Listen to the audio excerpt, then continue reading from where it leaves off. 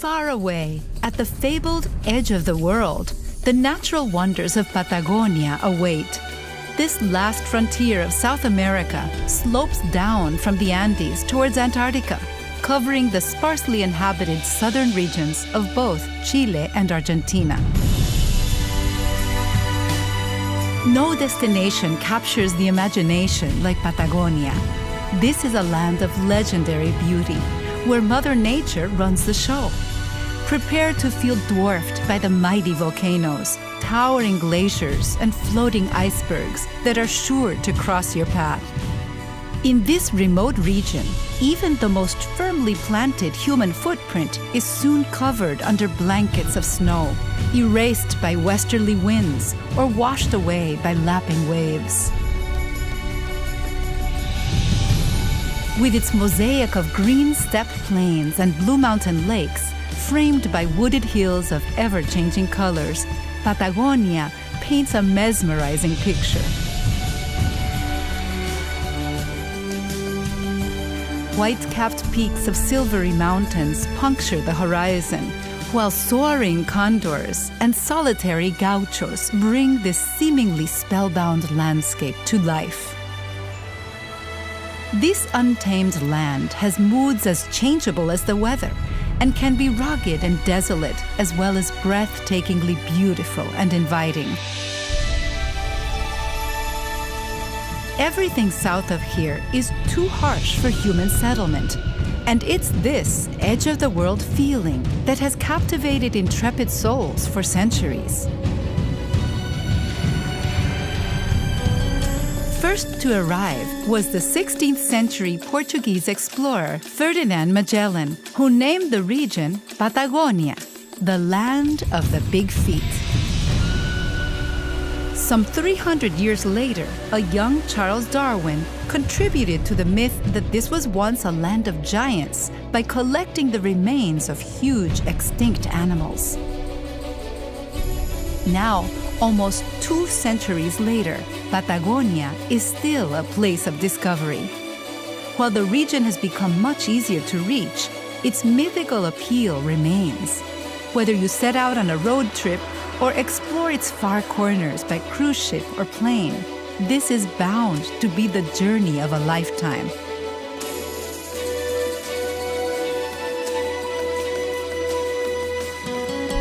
On the Argentinian side, one of Patagonia's most relaxing day trips takes you from sleepy San Martín de los Andes to Villa La Angostura. Simply follow the scenic road of the 7 lakes, which takes in 2 water-rich national parks.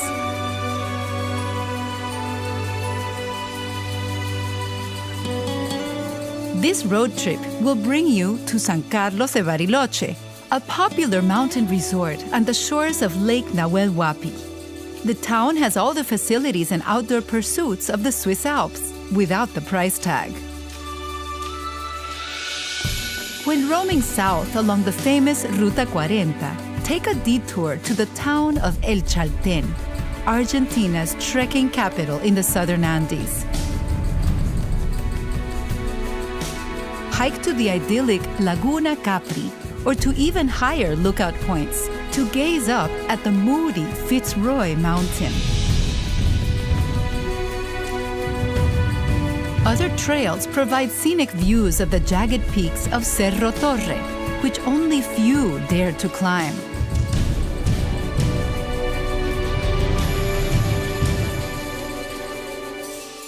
Spend the night in El Calafate, just a few hours to the south. Stock up on supplies and try the regional specialty of asado, whole lamb grilled over an open fire. El Calafate is nestled on the southern shores of Lago Argentino, the gateway lake to Los Glaciares National Park.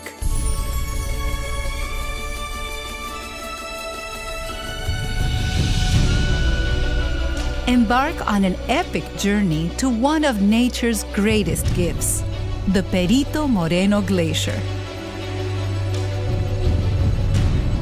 If ice trekking over its slippery surface doesn't warm you up, perhaps a whiskey on the rocks will.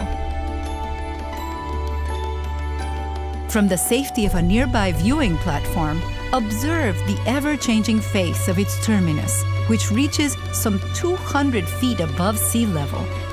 This glacier is the world's third largest freshwater reserve.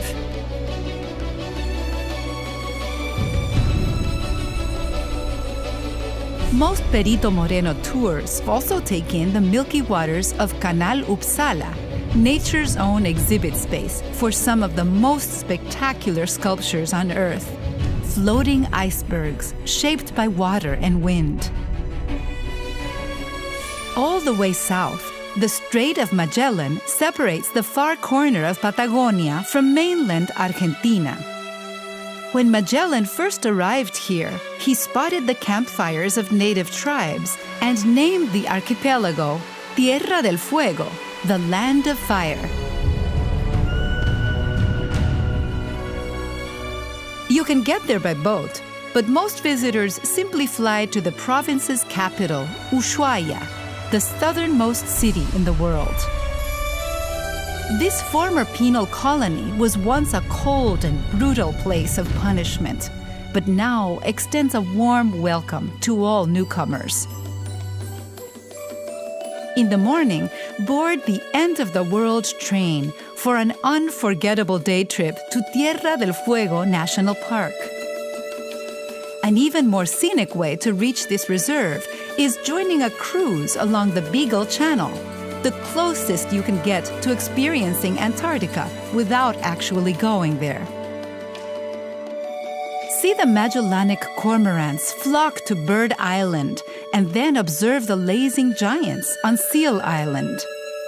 The nearby Les Éclaireurs lighthouse has marked this passageway to Chile for about 100 years. Once you've reached the wondrous domain of Tierra del Fuego National Park, you have come to the end of your Argentinian explorations. From here, you can either return to Ushuaia and fly to Buenos Aires, or cross over into Chile to explore the west coast of Patagonia, where more adventures await.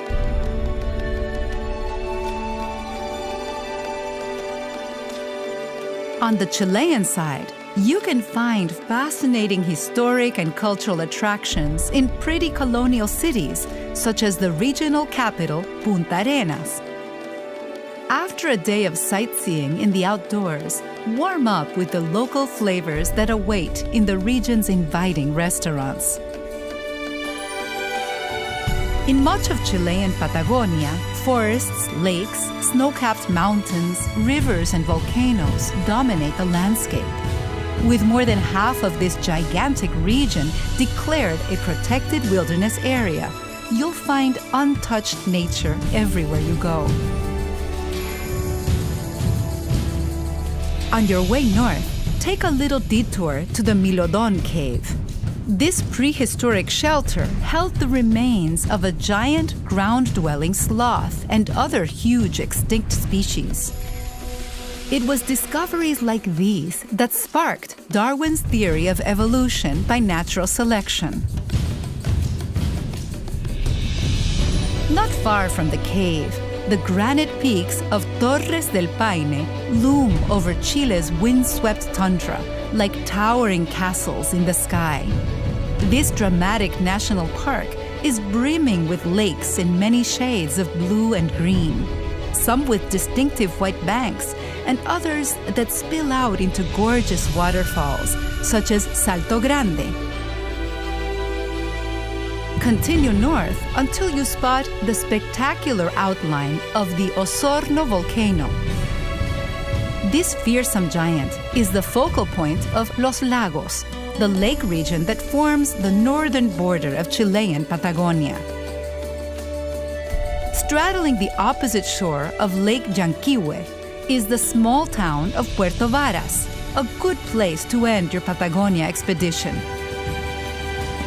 After collecting some mementos, you can either return to Bariloche in Argentina by crossing the border via the lakes, or drive north for a stopover in Pucón and Villerica before flying out from the capital, Santiago de Chile.